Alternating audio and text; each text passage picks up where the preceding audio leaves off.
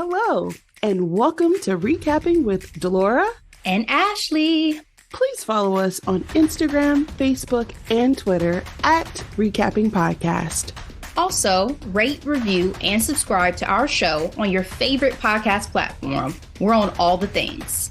We want to hear your thoughts on the movies and shows we review. Leave us a comment on Apple Podcasts or our YouTube channel, and we will read them during the show. Or reach out to us on social media. We love talking all things entertainment and pop culture with you. Thank you guys so much for listening. Thank you. Hey, Ashley. Hey, Miss Delora. How are you today? I'm doing wonderful because, and we back, and we back, and we back, and we back. Hello, Recap Nation. We are back. How y'all doing? How you feeling? How you living?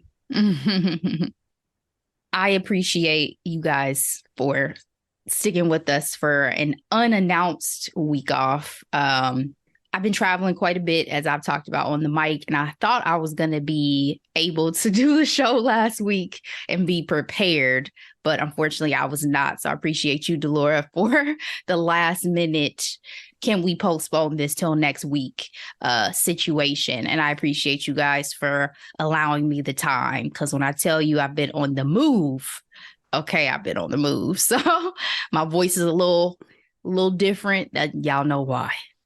No problem at all, Ashley. I mean, we started this podcast in 2020 in the middle of a freaking global pandemic, and we're in 2023 now, and we outside. We have full lives, full commitments.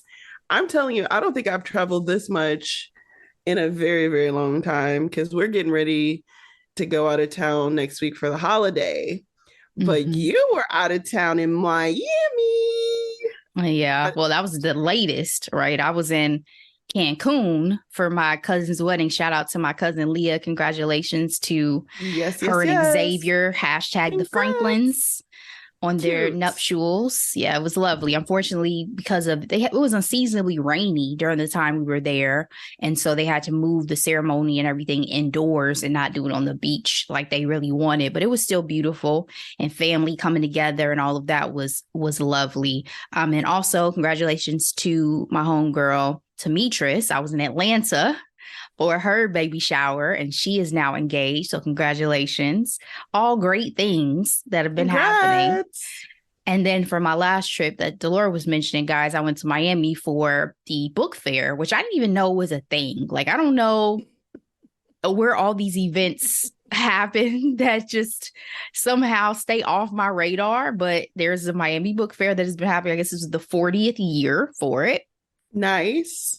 And I found out about it, I think I may have mentioned before, through Kerry Washington, because she had been doing all the promo and interviews for her memoir, right? And so I was like, oh, I want to check out and see if she's going to be around, because I love Kerry Washington. And you've done book tours, and you told me how you've enjoyed the experiences. And so I have, yes. She had posted like the list, and one of the ones the closest I saw was going to be to me in Florida was in Miami. And I was like, oh, but it's a book fair. Oh, cool. And then when I looked at the lineup, Jada Pinkett Smith was speaking right after her. And I was like, oh, 2 for 1 bet. So got tickets, took the Bright Line, which if you guys who are listening are not familiar with what that is, because you probably don't live in the state of Florida, the Bright Line is a train that has been built out to connect to multiple cities, and it just got built out to connect Miami to Orlando. And so that happened within this year. And so I took that. Super convenient, super nice, highly recommend taking the Bright Line. Very, very nice service. And got down there and got a chance to hear Eva Longoria moderated the Kerry Washington discussion, and Lena Waithe moderated the Jada Pinkett discussion. Okay, different world connection, because exactly. Waithe loves Hillman College. Exactly. So she was very, like fangirlish during the conversation, and just, oh, you were, a leading lady in my life, and how much, her career has meant to her. So the interesting difference between the two is, all the information we've heard about from Jada leading up has been about her personal life, right? Like about Will and the marriage. But Lena really wanted to lean more on talking about her career, because she is like, I think one of the things that's been lost in the conversation has been all of the great roles you played in like your career. And so we got like some great stories from her about Peaches, which, you know, is one of my favorite characters from A Low Down Dirty Shame, and how originally Rosie Perez was supposed to be playing that character. And the cast of Set It Off, and how she was the first cast member and everybody else was hired around her. She was. Yeah. And she originally wanted to be Queen's first movie, I think. Wasn't it? I don't remember her saying whether or not it was her first movie. It could have been, but she said that she came in and murdered the audition. And so of course she did, because she was no pun intended, but yeah, no pun intended for Set It Off. But yeah. I want to point out two things. One, Queen Latifah's relationship with the Smiths runs deep, because you have to remember she was on Fresh Prince of Bel-Air. That was like one of her first acting jobs. I mean, way back when Will's character was still in high school. So I'm throwing that out there. And so the fact that she's worked with both Will and Jada, I'm loving that. And then two, when it comes to Jada Pinkett Smith, she had a beautiful career. It just got completely eclipsed by her husband, who has been, you know, we talk about Black Hollywood and the ability to transcend color, and Will Smith is one of the few people that have done that. I mean, a more negative way to think of it is like, you know, OJ. You know, OJ was like, I'm OJ, I'm not Black, right? Lord Jesus, help us. Oh, that's a deep cut.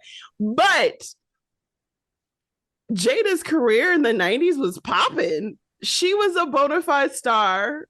Yeah. As well. So just throwing that out there. I mean, I love Jada Pinkett, and I wouldn't even say that I feel that Will Smith's career eclipsed hers so much as, to your point, like her roles have made her Black famous. And I don't know if she's ever had the roles that have come her way that have made her household name in the way of like a Halle Berry, because she talked about the fact that her Halle Nia Long usually would be going up for the same parts. And how that kind of went in terms of her selection process and the roles she just knew were for her and those different things. So I definitely understand that. But Jada Pinkett, I have always enjoyed Jada Pinkett on screen. And so Lena was asking her, like, are you going to, you know, do another role at some point soon? Because I think the last thing she did was Gotham. And she talked about that Park Fish movie. Gotham. Yeah. And she said that was the last role that she really got excited about. Right. So hopefully, you know, she will come back and she will continue to not come back, because she said, I'm not retired, but hopefully she continues to act, because I do personally, like, I love Peaches, and I love Lena James, and I love so many of the characters that she's played over the years. So I enjoy her so much as an actress. And I said that before I even went. I was like, you know, I never get a chance to hear her talk about her career anymore, because all her interviews are about the messiness of her personal life. So I appreciated that. And now I finally got copies of both ladies' books. And Kerry Washington, let me tell you something. Kerry Washington knows how to do interview. She knows how to have a conversation. She was so, and I don't even like to use the word eloquent, because I feel like white people use that about Black people as if we don't have I understand what you mean. The intelligence. But I'm saying she's so, and Ava Longoria said this, she's just very thoughtful, and the way that she articulates her thoughts comes across so well in terms of understanding her messaging. So I've heard a lot of the things that she said during the conversation, because I've listened to multiple of her interviews. But the most impactful were probably like the Q&A questions and some of her answers to some of the audience questions that people had for her. And she was just delightful. Like one lady even asked her, she was like, you know, loved all the story and background, but we didn't get your love story. You know, you barely told us anything about your husband. And she was like, I appreciate that feedback, but you know, I make the decisions I make about protecting my personal life, and that's my decision to make. But thank you so much for the question. You know what I'm saying? Like she was so lovely, but you know, I totally agree. That's not anybody else's business. She's been publicly embarrassed by John Mayer, who I used to love so much. The first three albums are everything. And she had a pretty public engagement before What her did John husband. Mayer say about Kerry Washington? Do you remember he did a Playboy interview and I he remember was that. spilling all the tea, calling Jessica Simpson sexual napalm, I remember talking with that. Katy Perry.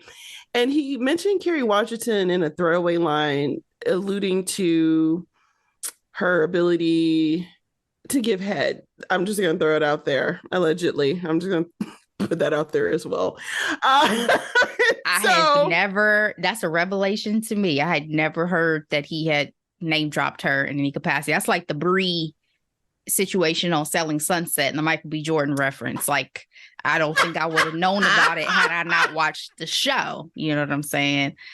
But I don't want to take up too much time. I say all this to say that I think that they do a wonderful job.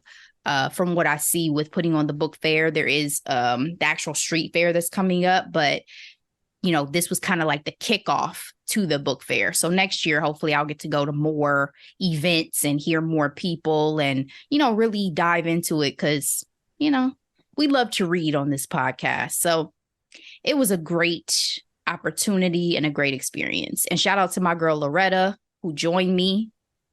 Great times. And then, okay, I'm going to clarify the statement. This is back from 2010. I am looking at Us Weekly. You remember them?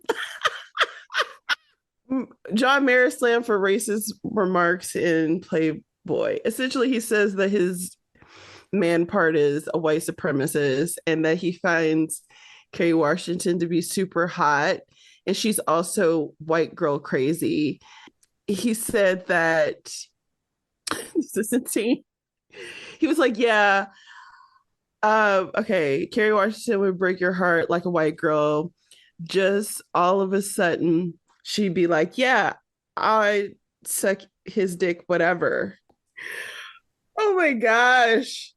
I don't want to keep going, but that's what happened back in the day. And we love Kerry Washington. She is our Olivia Pope. She is now a married woman with children. That happened in our pop culture history literally 13 years ago. So, Ashley, your face. Yeah, interesting. Well, I mean, obviously, her husband was the keeper, and I understand why. So, yeah, he's a handsome man. All right, let's go ahead and get into our headlines. Kravis had a baby boy. Kravis, that is Kourtney Kardashian and Travis Barker, had their first child together. They already have 6 kids between the two of them. They welcome a healthy baby boy. I think it's worth mentioning a lot of drama has gone on with this baby. And I shouldn't even say drama. So the announcement was adorable. I'm looking at people.com here. It says Kourtney Kardashian and Travis Barker welcomes first baby together. And we first talked about them in our headlines back in June when she had the sign, Travis, I'm pregnant, which is a callback to his Blink 182 days. He still rocks with them, but Travis is a badass. He be drumming for everybody. Like these typical articles, they wedded back in 2022 in a very Italian Dolce & Gabbana kind of way. And, everything's going well. Honestly, I think it's either today or yesterday was Travis's birthday and everything is hot and heavy between the couple. Congratulations, Ashley. Congratulations. I tried to sit through their wedding thing on Hulu. I couldn't make it. But very happy for them. I've said this. I love the fact that Kourtney found such a beautiful love story. Later in life, we were around for all the drama with Scott and everything that happened there. So I've always been super happy and excited for her and for Travis. And obviously with the surgery that she had to go through, surgery scare she had to go through during her pregnancy, I'm glad that the baby was delivered happy and healthy. And obviously we'll see more in the future because, you know, they can't not take pictures of this family. So exactly. More And to thank come. you for highlighting the surgery. That's what I was alluded to in terms of the drama. Back in September, she had a scare and had an urgent fetal surgery. But yeah, everybody's home, happy and safe. So congrats. You know, Kourtney has become my favorite Kardashian. I didn't think I would have one of those. But if I had to pick, it might be her. Yeah, I don't know if I told you, but I started watching the freaking Kardashians again. No, I no. did. Yep. What? Sorry, guys. Yeah. And blame, you know, you can blame Lakeith Stanfield because he is on a show on Apple TV that I started watching, and it terrified the Changeling. I made it to episode, I think, 3, and it terrified me. Like, I was like, I'm going to have freaking nightmares if I don't watch something else after this. Because y'all know I've talked about this. I don't do the ghosts and demon stuff. And so it's supernatural, but I wasn't expecting it to take that turn. I was like, oh, hell no. Like, we're done. Right. So you needed a palate cleanser. I needed something light and fluffy and something that was just going to be like, take my heart to a different and mind to a different place. And I was like, there's nothing to watch. Right. And I just was scrolling Hulu and I was like, fuck it. Let's turn on the Kardashians. I binged every episode. Oh, and so now I watch it again weekly. And I'm like, why do I watch this garbage? Because now they're trying to do this whole redemption story for Tristan. And I'm like, oh, no. Y'all don't throw this man in the trash. No. Delora, you know what bothers me too is it's like the family really wants Khloe to be with Tristan. And I just struggle so hard to believe that y'all love this woman, but will want her to be with that man. Like, I struggle. Like, your own mama is sitting in these interviews. Chris is sitting in these interviews talking about, I just don't want her to have any regrets if she doesn't give this another shot in a monogamous relationship. Girl, they ain't never been in a monogamous relationship. What you talking about? He been cheating on her every day his goddamn life, as far as I've seen. I feel like that's how they get these men in the first time, in the first place. It's real white women. I know you always feel like there's messy transitions, and it probably has been, but I will tell you what, neither here nor there when it comes to family support, right? This is your family member. Y'all are supposed, if nobody else is supposed to have Khloe's back, y'all, my mom, my sisters, everybody's supposed to have Khloe's back in that family. So why are y'all encouraging her to be with the man who has publicly cheated on her multiple times? And like Khloe's like, you know, I'm not in this early labor with their child because and then he manipulated the situation even with the second kid, because she said, had I known, like he literally was pushing for her to go ahead and move forward with the getting the surrogate pregnant. She was like, I think he did that because he knew that the information was going to be dropping about him getting pregnant this other woman. So I'm like, so y'all don't see this. Y'all don't see this as character of this man and how he's treated Khloe, but y'all would still want it. It baffles me and it makes me really sad sometimes when I watch it. And let me clarify. This is like wealthy white women behavior. Like, you know me, I love a good billionaire story. And it's like, oh, it's okay. He cheated. We'll take him back. Like, no, thank you. You don't really love her then. And honestly, it takes one to know one, and they have been on her behind for cheating on Robert Kardashian. Khloe brought it up again in a recent episode. She was like, what was your mindset when you cheated on my dad? Exactly. Like, I feel like Kris is like, I've been there, done that. Give him another chance. And it's like, mama, no, not today. Don't need that advice. You see, Robert ain't never get back with her. So he remarried. Learn from daddy. Crazy. Learn from your daddy. All I will say is Khloe does not seem like she's going to try to do that, at least anytime soon. And I hope the case is never. But that's one of the biggest things for me about watching it. I do like that they, because I used to say this about watching Housewives and stuff. When you have these really successful women, I want to see examples of them being successful in business. And so independent.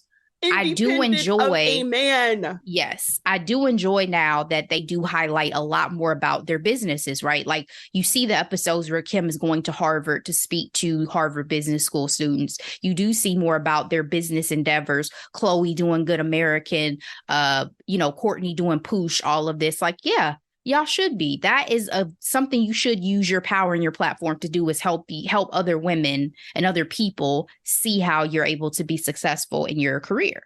So I do enjoy that about this iteration of the Kardashians. I will say that. I'll give them those flowers. They can miss me with Tristan. I will say two things. I'm surprised they want Tristan back because honestly, the Kardashians utilize their romantic relationships the same way they manipulate their bodies. It's based off of the latest trend and what will get them the amount of attention they desire. And Tristan ain't the young boy in the NBA anymore. You know what I mean? And so at this rate, do they just want him around? Because don't get me wrong, he's still cute, he's still tall, sure. But is it because he's, the father of her child, or does she just not want to end up with a Bob in accounting? Like, or what did the grandma like call? Grandma said? She said, why not just stay like an accountant? Or, I was like, such sage advice that I don't think any of them will ever follow. I don't think they will ever follow. And then the second part I was going to say, Ashley, is I've been tempted to watch again, and only because I love watching their show for two reasons. Their interior decorated and their cars. They do have some beautiful cars. Their interior decor is getting a little bland to me because they all do the bare basic color palette now. And that really bores me. Like, I'm not saying that I am a visually like color pop person usually, but y'all have top tier money. Y'all could redecorate your house every other fucking day. I want to see some decor.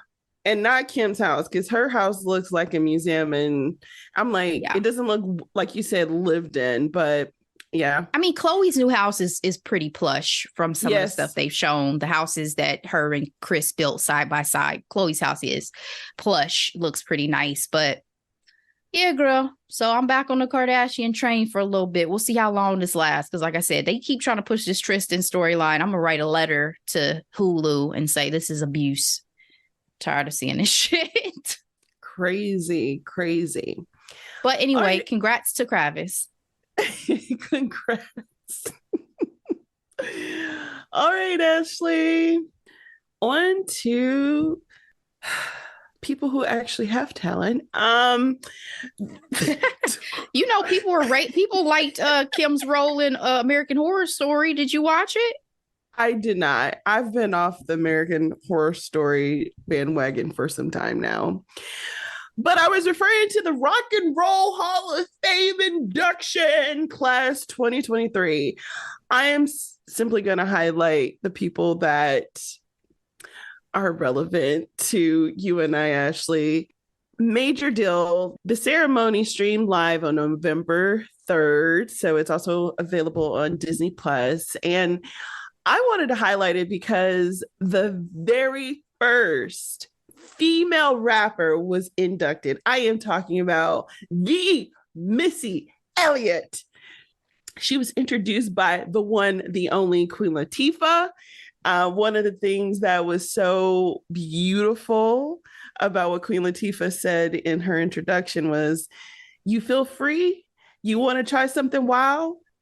Thank Missy. And I'm paraphrasing. And I thought that was absolutely beautiful because Missy Elliott's music videos, her music, it's timeless, Ashley. Like, it be rocking. To this day. Okay, that's a meme. She thanked everybody from her family, of course, and Timberland. She was the one inductee that I was super, super excited about. But before I get your thoughts, I also want to highlight that the Sheryl Crow was nominated, George Michael, Willie Nelson, Rage Against the Machine, The Spinners. We have DJ Kool Herc, Shaka Khan, and Don Cornelius, just to name a few. Ashley, it's official. I have to watch because I haven't actually got a chance to watch. But Missy Elliott, to your point, when they even first announced it, it was like, oh my God. Like Missy Elliott is an icon, right? I've loved Missy Elliott, her own music, as well as just her contributions to music through artists I love, like Aaliyah, and, you know, the signature sounds that her and Timberland have created over the years are just iconic and just live rent free in my head. So, you know, so well deserved. I'm so glad to see people get their flowers while they're still alive, and to be the first female rapper has to mean so much to her, because there's been so many people before who have blazed this trail, including Queen Latifah. For this moment. And I'm sure she's hoping that, you know, she's not the last. Shaka Khan, what else can I say? Like, I freaking love Shaka Khan. Shaka Khan. Very excited for her. R.I.P. Don Cornelius. Oh, girl. Legend. So I'm really happy to see that he got recognized. And, you know, Sheryl Crow, I'm not a huge Sheryl Crow fan in terms of music, but I've always admired Sheryl Crow, and she, through her health battles and through a lot of the things she's gone through, just resilient and just, you know, timeless in certain ways. And so I'm really happy to see that she made it in as well. George Michael, again, rest in peace. It was a good group. It was an impressive group. So I'm happy for all of the 2023 inductees. Absolutely. I met Shaka Khan in person. Is she little? Girl, she is so little, but her booty is out of this world. That's hilarious. I'm not even trying to be funny. Those were the two attributes that comes to mind. Oh, three. Her height, her booty, and her hair. Always big hair.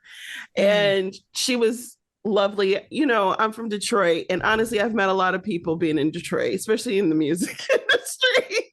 And she was just randomly checking in a hotel, and we were in the area. And I was like, my dad was like, that's Shaka Khan. I was like, you think so? Mind you, I was like teenager, so like high school. I was like, hi. I introduced myself. She was lovely. Like I said, she was lovely, but she has very, very outstanding features that are like, wow, you know? And I think it's all her. Like this is before the BBLs, okay? Oh yeah. She's of a different era, for sure. Exactly. She was of the Stack House era, okay? Yeah. So, all you gotta do is look at people's legs. You'll know. Woo, the thighs to match. All right. Speaking of beauty, People's Sexiest Man Alive went to the one, the only Patrick Dempsey. You know what tickled me the most? Mind you, he is getting this after my former boo, Chris Evans, Captain America, okay? Mm-hmm. This was a surprise, actually. Like, what cracks me up is that we were just talking about how Patrick Dempsey aged like wine. He is just fine and fine with time in our recap of No Hard Feelings. And so for this to be announced literally the next day, I giggled. I cackled. I was like, if this podcast isn't one thing, we are on the pulse of culture. I thought about that too when it was announced. I was like, well, damn. Okay. Where's my magic ball? Put it next to me. So were you surprised by this announcement? And if it were up to you, who would be your choice for Sexiest Man Alive? It was surprising just because I thought that he would have gotten it during the height of the McDreamy era. Girl, right? That's obviously because a lot of times with people Sexiest Man, it's not just about being sexy, which Patrick Dempsey is. It's about where you are in terms of like pop culture and the height of your fame in certain ways and all of that, right? Upcoming projects. Yeah. Yes. And so, yeah, that's why it was surprising to me. But hey, no one was more surprising than Blake Shelton. So there you go. But the dark ages. Anyone else that I would have given it to this year? I remember seeing a couple names floating, and now I'm blanking on who they were. But I mean, there are so many beautiful men that obviously every year it's like could have gotten this award. I'm trying to think of like who's hot in their career right now. Tell me who you had, because I know you have some names. Let me not waste airtime. Who did you have on your list? Oh, I can't say if I like had a list, and this is just solely based off of popularity, but I would have thought a Glenn Powell would have gotten it. He's the I saw his booty cheeks out. Did he? Yeah, he was on the cover of some booty cheeks out. Well, he's on the cover of GQ, but he had a scarf on his head, I thought. I don't think the booty cheeks out is actually on the cover. He was on the cover of a magazine, and in the magazine, there's a picture of him with his booty cheeks out. I don't think that was the cover photo, but yeah, it was floating on social media.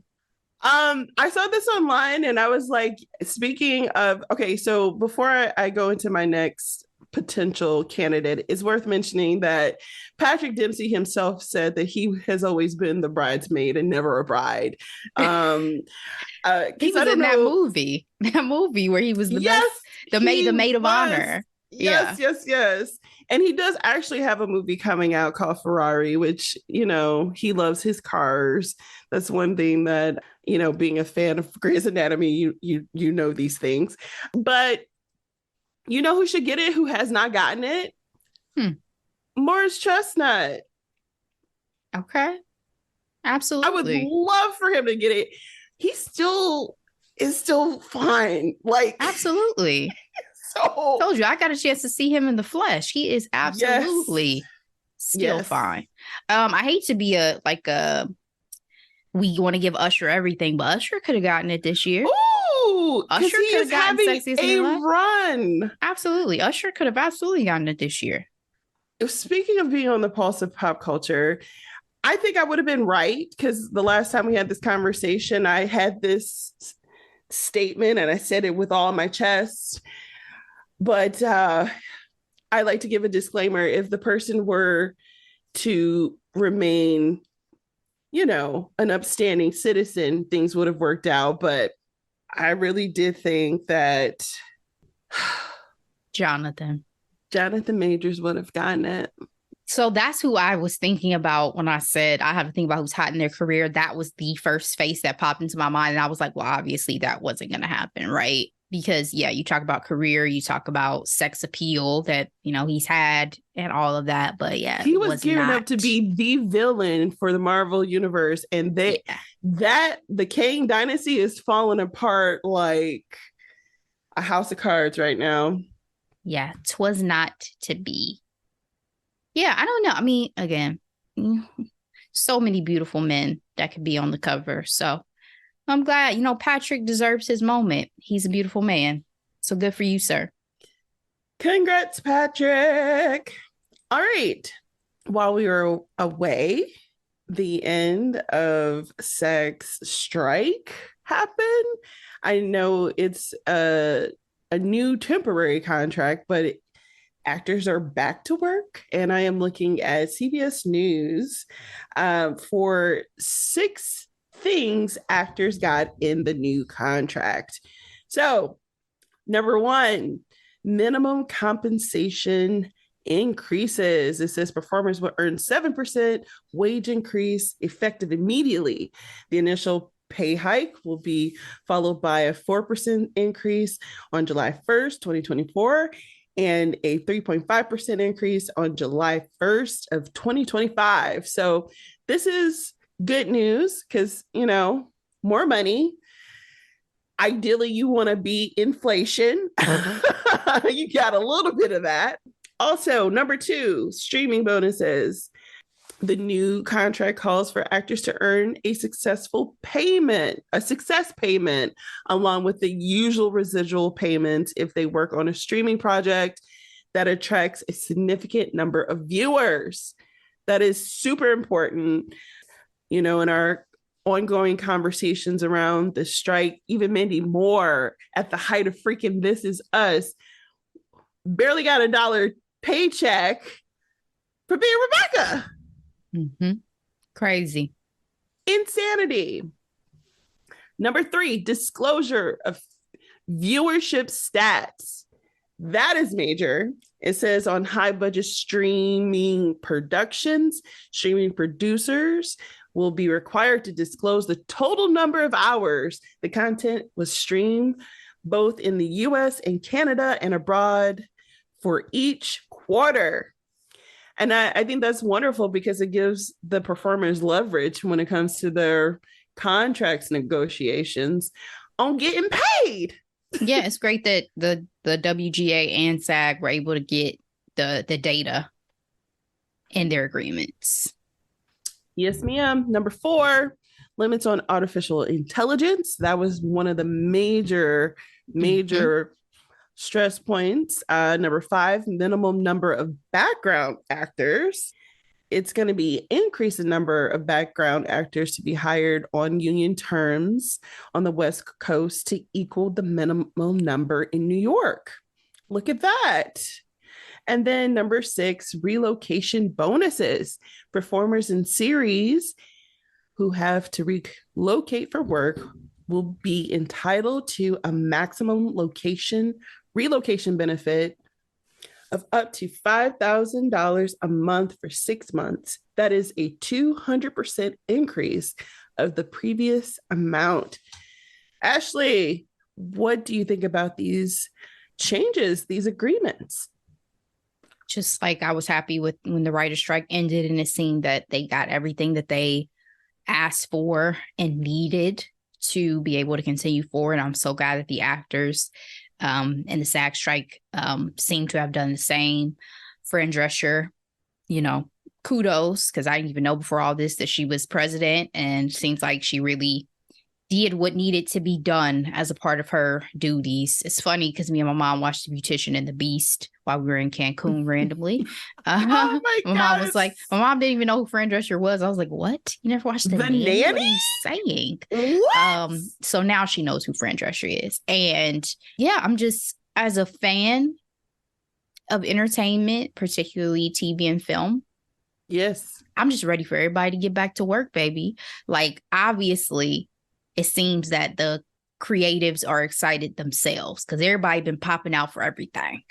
And I cannot wait to see what is going to come out next, because there's been some good stuff we've still been able to watch and talk about, but I know them pens are back blazing on some paper, and I know these actors are ready to go and pour their hearts out in some of these roles. So I'm excited for everybody to be able to get back to work, not only to make a living, but to create the art that we love. So exciting times.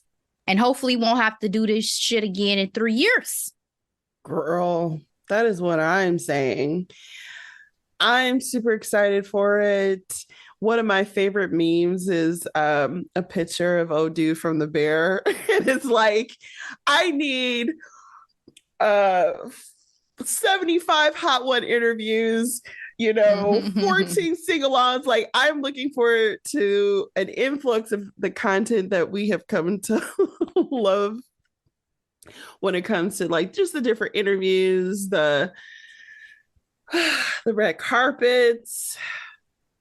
Like you said, everybody's outside now, and I'm here for it. Yeah, the most notable red carpet so far has been the upcoming Hunger Games movie. And I still got to finish that damn book. I have no desire to finish that book at this rate. I'm like, let me just watch this movie.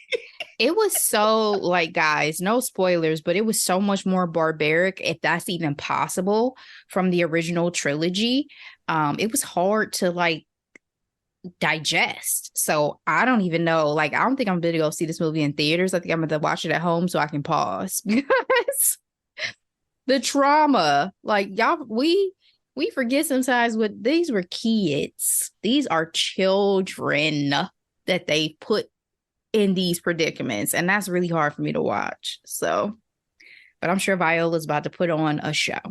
She said recently on a late night interview, they asked her, how do you feel about playing a villain? And she's like, it's freeing. She's excited for it because she'll remind people that she's an actress. And she's played a villain before, for sure. Part of some of the DC projects and stuff like that. She was morally gray in that project. But I was gonna say, this is different. Like, I think she evil in this. I think so too. Let's go ahead and get into our hot topics. All right, we have 2 this week. I'm saving my energy for the last one. Girl, I was debating. I was going back and forth on like when I should talk about it. Anyway. The 2024 Grammy nominations were announced, and there's a lot to be celebrated, and there are also some snubs. So let's go through the top awards, shall we? Record of the Year, we have Worship by Jon Baptiste, Not Strong Enough by Boy Genius, Flowers, Miley Cyrus, What Was I Made For from Barbie, Billie Eilish, Oh My Mama, Victoria Monet, Vampire, Olivia Rodrigo, Anti-Hero, yes, it's you, Taylor Swift, and Kill Bill by SZA. Album of the Year, we have World Music Radio by Jon Baptiste, The Record by Boy Genius, Endless Summer Vacation, Miley Cyrus, Do You Know That There's a Tunnel Under Ocean Boulevard by Lana Del Rey, The Age of Pleasure, Janelle Monáe, Guts, Olivia Rodrigo, Midnights, Taylor Swift, and SOS by SZA. Song of the Year, A&W. This is a Lana Del Rey song, Anti-Hero by Taylor Swift, Butterfly, Jon Baptiste, Dance the Night by Dua Lipa, Flowers, Miley Cyrus, Kill Bill, SZA, Vampire, Olivia Rodrigo, What Was I Made For, Billie Eilish. Best New Artist, Gracie Adams, Fred Again, Ice Spice, Jelly Roll, Coco Jones, Noah Kahan, and Victoria Monet. Those are the big 4, Ashley. I want to know who you're rooting for. Oh, I'm sorry. One more new artist of the year, best new artist, The War and Treaty. I'm on Variety, and unfortunately that last name was under an advertisement. Ashley, who you rooting for? I'm rooting for Victoria Monet to have a really big night. I really think that she deserves some of these awards, particularly for me. It would be like Best New Artist right now. I mean, I love Coco Jones as well. And I'm not taking anything away from Coco Jones, but I think Victoria Monet is in a moment. And the fact that she got essentially snubbed by the MTV VMAs is so strange to me. When they said she was not ready, I'm like, sis just got 6 nominations? 7. 7. Thank you. I'm glad that you say that, because let's also realize that SZA leads with 9. And I think SZA is going to have a great night as well. I just want Victoria Monet to also have a great night. Like, I want her to win at least one thing, whether it's Best New Artist or whether it's going to be something else in like the R&B category. Just, I would love for her to have a great night and to pick up some hardware. SZA had an outstanding album that people loved, so I have no doubt she's going to win a few things. Billie Eilish as well. SZA has gone through this before and came out empty-handed. And so I am scared. Honestly, her first Grammy was when she did the collab with Doja Cat. Will you kiss me, Ma? And so more of a pop appeal to it. I'm nervous. Because I love SZA, and she was heartbroken. And the last time that has happened before was India.Arie.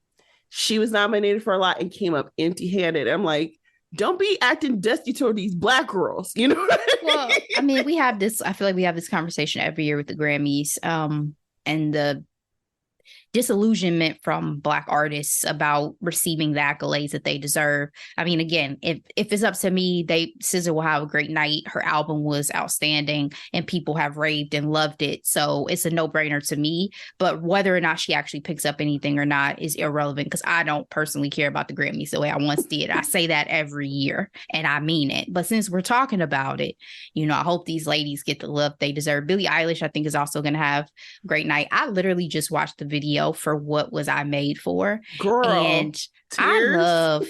I love me some Billie Eilish. Like, yes. If there's one white girl in the game that like I would pay money to go see, it's Billie Eilish. That Not voice. Adele. How do I say this? Adele is unmatched vocally, but Adele would put me to sleep if I went and saw her in concert. And I say that as somebody who, as much as I love Whitney Houston, I saw her as a child and I did fall asleep because I enjoy an entertainment value if I go to a concert, right? I want a production. Yeah. And if you just stand and sing, that's beautiful. I can watch you on my TV, right? Or I can listen to your album. I don't necessarily need to see you in person. But, Billie Eilish be doing the most, jumping around and stuff. And God bless her with those legs.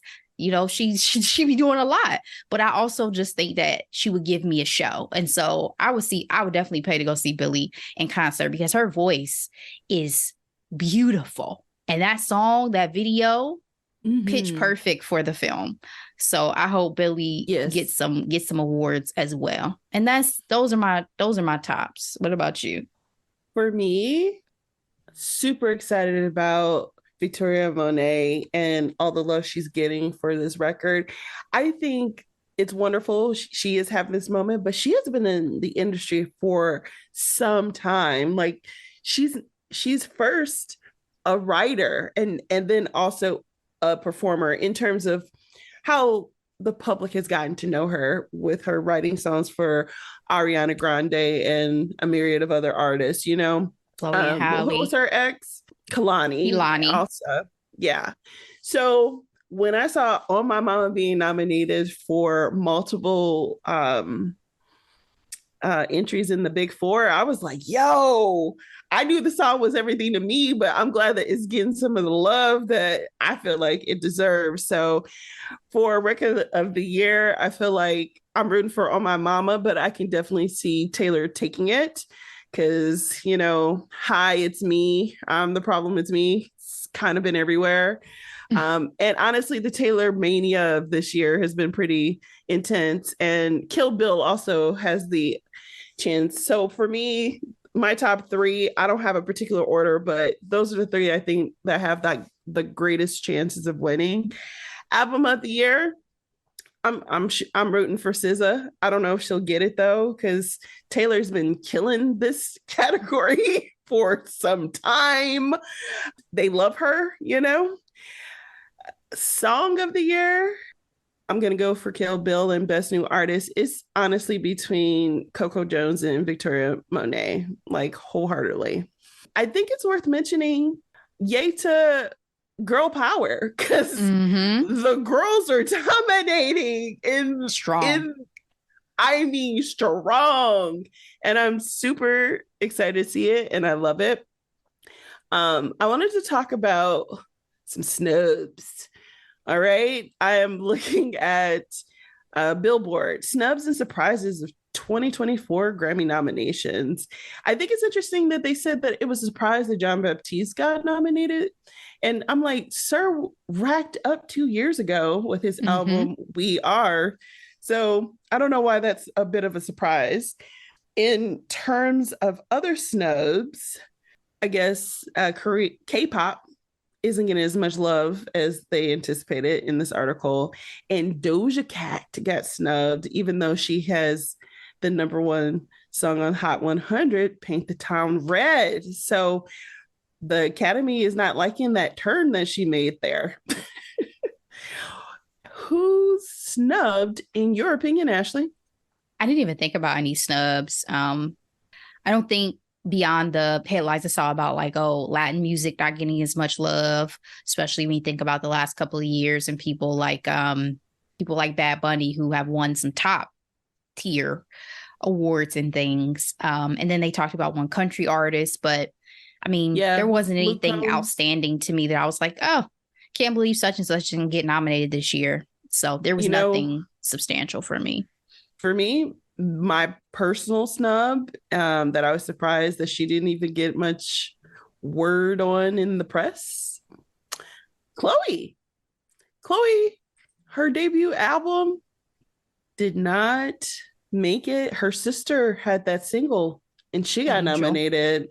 So I was really surprised by that. So, I think when it comes to Chloe, she'll take notes, regroup, and then come back even stronger because the talent is there.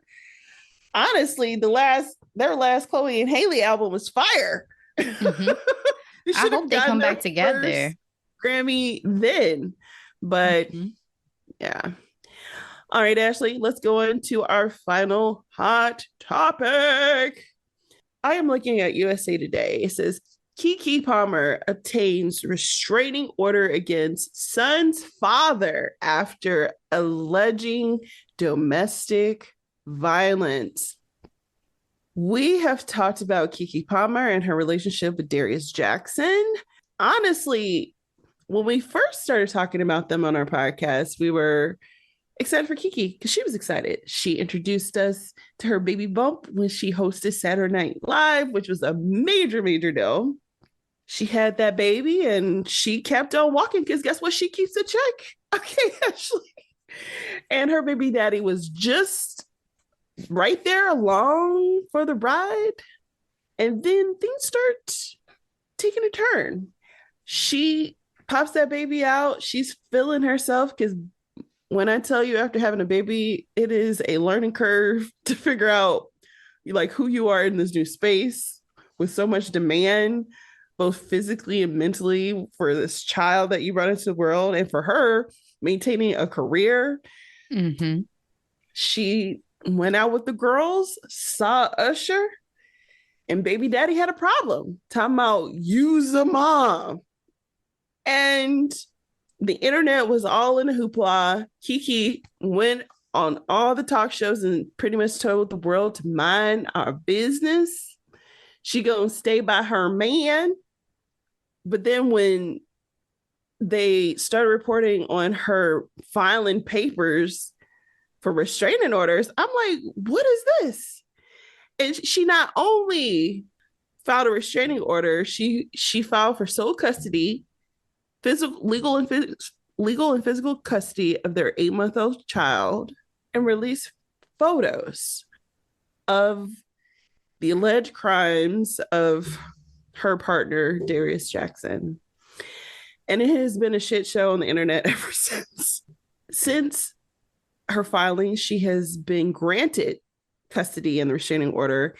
And in efforts for him to prove his quote unquote innocence, he records her mama on the phone.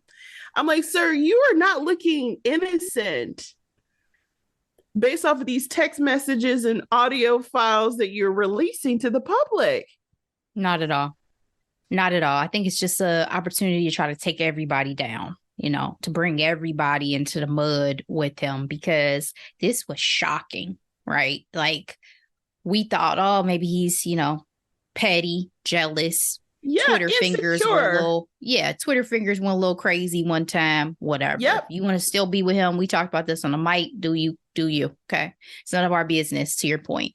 But the night I think it dropped about the restraining order, about the filing for custody, it was like, oh, this is way deeper and uglier than any of us as fans could have imagined in terms of the situation. And so it's like where there's smoke, there's fire in this case. And it was really sad because as private as Keke has been about her personal life over the years, for this to deteriorate to the point that it did the first time, and now everything is super, super public in terms of the footage being released, in terms of the voicemails now he's trying to release, in terms of, just the whole scenario that you're going to have to go through both in the court and in public opinion is just heartbreaking. To think that this man has been putting his hands on her for 2 years, and that she had a child with him, and he's tossing her down the steps and tossing her over couches and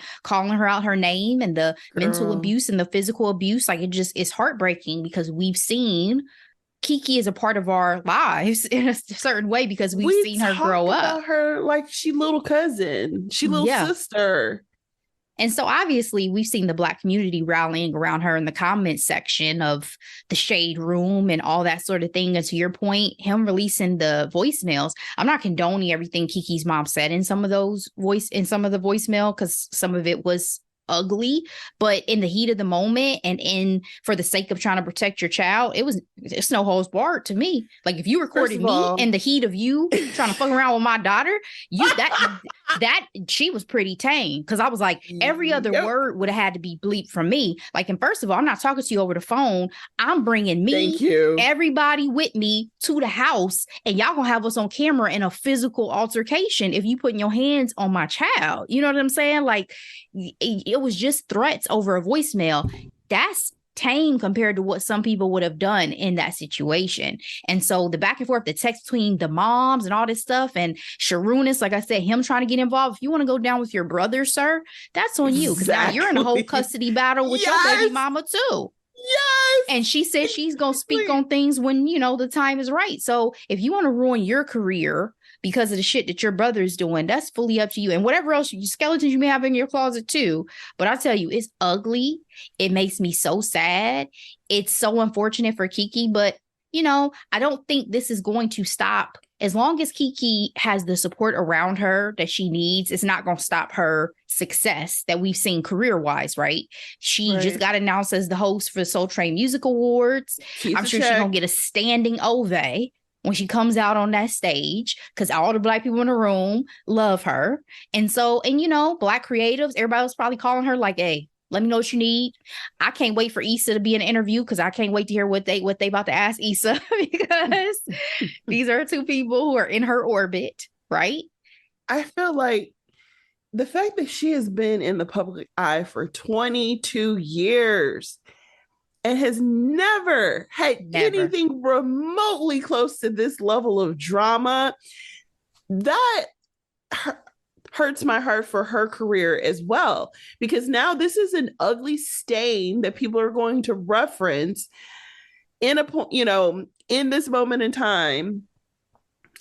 You remember that time when, and I'm also reminded of our fave, Tina Turner, and the decision of coming out with her story. And it's not that she regretted it, but she obviously hated talking about it. Like, she didn't want to be, she didn't want to have to. Exactly. But unfortunately, that has been like a main point in her story. I'm not saying that's the case for Keke, because unfortunately, I hate to bring this up, but Rihanna has been able to, have a career that surpasses that moment in time for her life. So Keke has examples, but it pisses me off. And he's a quote unquote wannabe actor. I don't see that happening for him at all. And he needs to go to jail. Like, you don't put your hands. And so we saw the stills, but there's video. And for him to be so antagonistic on the phone with her mom, I couldn't listen to the whole thing because it pissed me off. And everybody's really, really ugly. It's very ugly. And unknowing people catching strays, Ashley. The internet allegedly is taking a hold of the audio. And the mama said something about Usher. I'm like, at this point, it's hearsay, and he recorded it. I don't know what the laws are in California, so I'm like, can Usher just have a comeback and just do Super Bowl without any drama about his life? Y'all, I ain't gonna say it on the mic. Y'all just look it up. It's a mess. Anyway, look at you. Look at you, not saying what was said on the voicemail. I don't like the idea of outing people. You know what I mean? Like, we don't even know if it's true or not. That's the whole reason why I didn't say much about even the we suing that Jada is claiming. Oh, yeah. Because of Will. That's fresh. Which she did go on the Breakfast Club. Remember we talked about whether or not she was going to do any promo on the Breakfast Club? I was like, see, she needs to sell those books. Just never know. Popping up on the Breakfast Club. Jada Pinkett Smith popping up on the Breakfast Club. Okay. Why is she there with pillows on her back though? Like, okay, I'm here. Oh, she's comfy. She's comfy. She's been comfy throughout. I'm gonna tell y'all a story in the next episode because I had a run-in with her at the book fair. So what? Yeah, I'm gonna save it. I'm gonna save it for the next episode. Come back. Stay tuned. All right, Ashley. Any other thoughts on Keke Palmer's legal situation?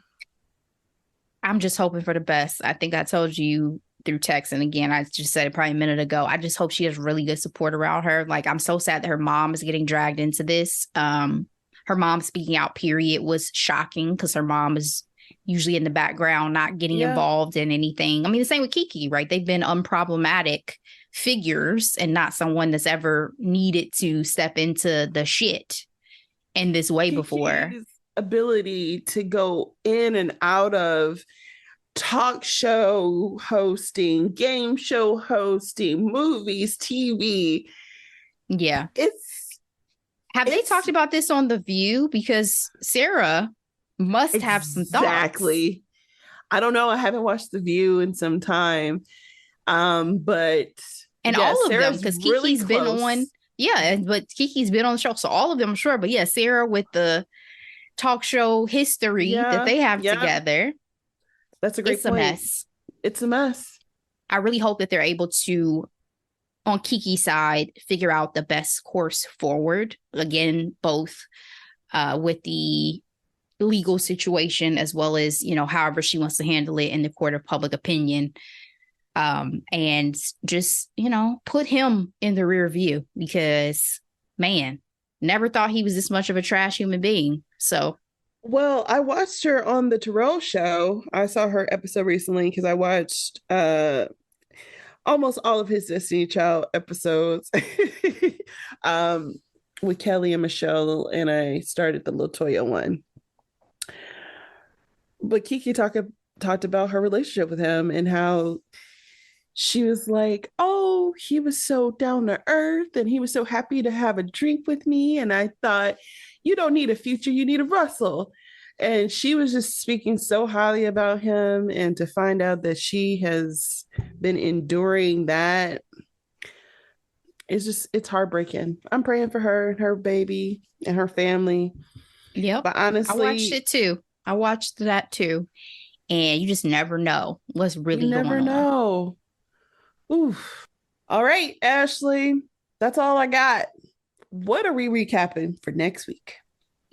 We are recapping a comedy, and it is dad-centric. And it is the directorial debut for comedian Bill Burr. And this is Old Dads, released on Netflix. This movie is so funny but inappropriate. So I'm really curious to see how our conversation is going to go, because I think that's part of the point, right? Is the kind of basis of the movie is around being an older parent and trying to navigate today's society as a parent. But some of these jokes they got off, I'm shocked. I was shocked. Like when I watched it, I was like, can't believe we still able to get these jokes off in 2023. So I thought it was hilarious, though. I enjoyed the coupling of the three guys, Bill Burr, Bobby Cannavale, and Bokeem Woodbine. And it was a fun ride, as inappropriate as some of it was. So we're gonna talk about that next week, guys. I'm glad you enjoyed the ride, Ashley.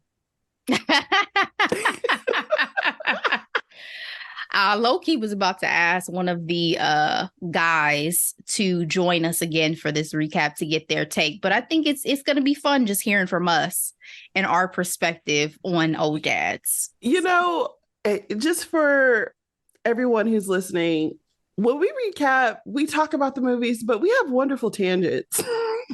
We do. And honestly, there have been projects that we both did not enjoy, but the conversation was great.